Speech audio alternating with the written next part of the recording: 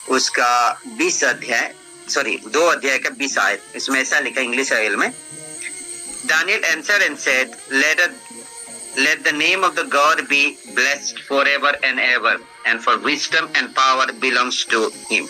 ठीक है, दानियल ने प्रभु को धन्यवाद, जो राजा का जो उसको उत्तर देते हुए ऐसा कहा, प्रभु के नाम की धन्यवाद हो जिससे कि समझ बूझ और पावर ये सब प्रभु की ओर से आती है।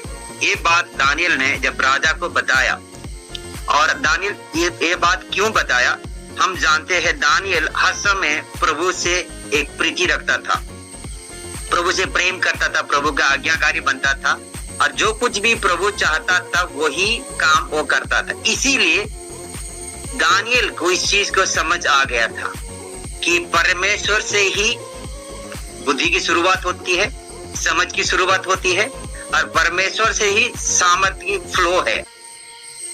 अगर वो प्रभु के साथ अलायंस नहीं करता, अगर प्रभु के साथ नहीं रहता, तो शायद दानियल को इस बात कभी महसूस नहीं होता। और हमने वचन में भी आगे भी हम देखते हैं, आमोस की किताब में भी ऐसे एक आयत है, श्योरली सचमुच में जीवित परमेश्वर कोई भी काम अपने दास को बताए बिना नहीं करता है। और जब जो दास प्रभु के साथ बने रहता है, सिर्फ उसी को ही प्रभु क्या करता है, अपने जो दिल की बात या अपने मन की बात प्रभु जो करना चाहता है वो चीज क्या है, प्रभु कराता है।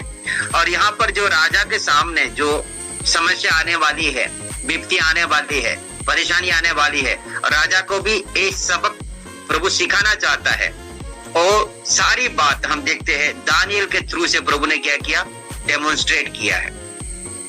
राजा ने घमंड होते हुए, प्रभु को मालूम था, दानियल को भी शायद प्रभु ने पहले से बता दिया होगा कि राजा क्या करेगा, अपना एक मूर्ति बनाएगा और सबको बोलेगा इसके सामने दंडवत करो। इस बात दानियल को जरूर मालूम होगा, क्योंकि दानियल, सदरक, मेशक, अबेदnego ये सब पहले जानते थे, और वही हुआ जो प्रभु ने पहले से प्लान करके रखा था। और वहां पर प्रभु ने अपने सामर्थ को क्या किया, प्रकट किया।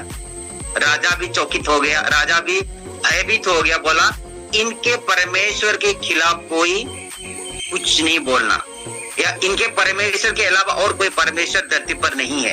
ये अपने जो परमेश्वर, अपने जो सामर्थ है, अपने दास लोगों के द्वारा ये जताया था, जो उस देश के लोगों के साथ और उस राजा के साथ, ताकि लोग समझे कि परमेश्वर कौन है।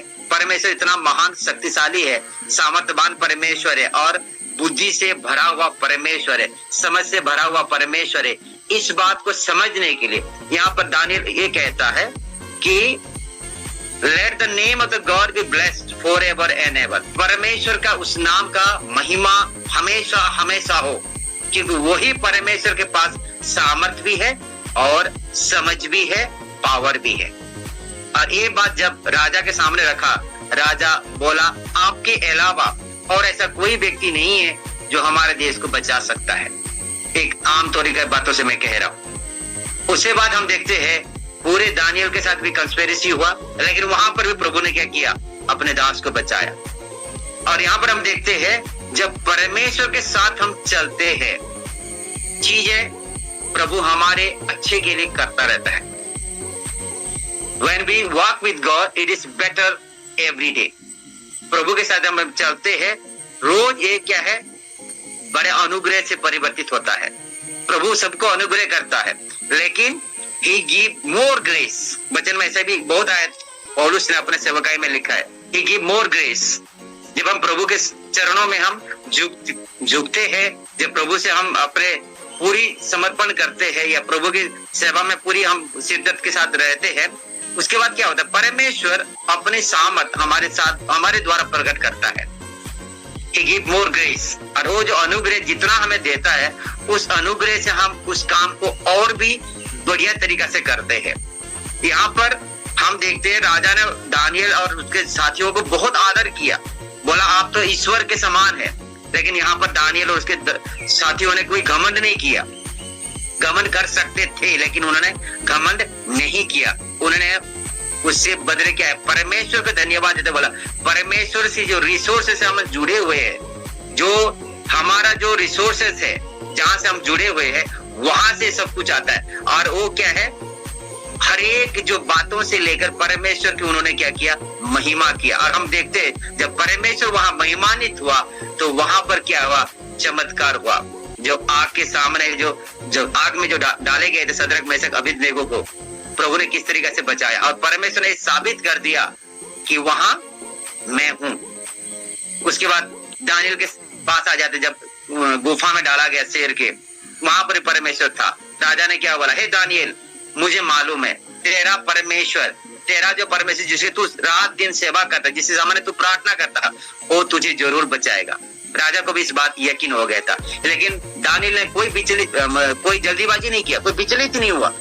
दानियल जरूर राजा को प्रेरित कर सकता था क्योंकि राजा के साथ उसका अच्छा कनेक्शन था, लेकिन दानियल ने क्या किया, let the work of God, प्रभु अपने काम करते रहे। ही वेटेड ऑन गॉड, और प्रभु ने क्या किया, उस राजा के मुंह से अपने महिमा को प्रकट किया।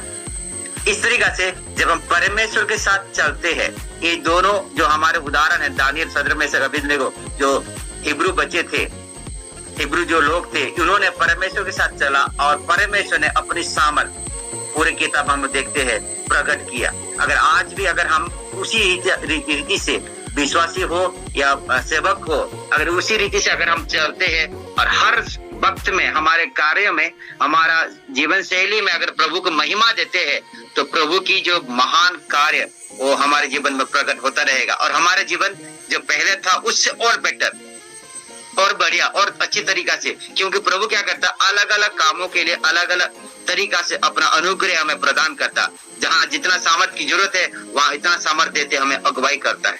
हम देखते हैं जब दानियल को जब गुफा में डाला गया था, किताब में लिखा है हिस्ट्री में कि वो करीब करीब 85 से 90 साल का था, बुजुर्ग था, लेकिन प्रभु ने क्या, उस समय वो डर भी सकता था, कुछ भी हो सकता था।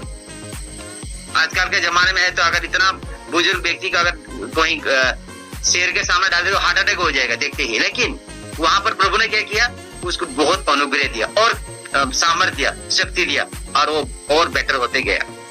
हमारी जिंदगी में भी जब परेशानी आती है, जब समस्या का सामना करते हैं, हम बेटर टू बेटर हम होते जाना चाहिए, ताकि हमारे जीवन के द्वारा जितना निखारपन आएगा इतना ही हम चमकेंगे और प्रभु के राज्य के महिमा के लिए हम इस्तेमाल होंगे। Okay, thank you. प्रभु सबको आशीष करे सर।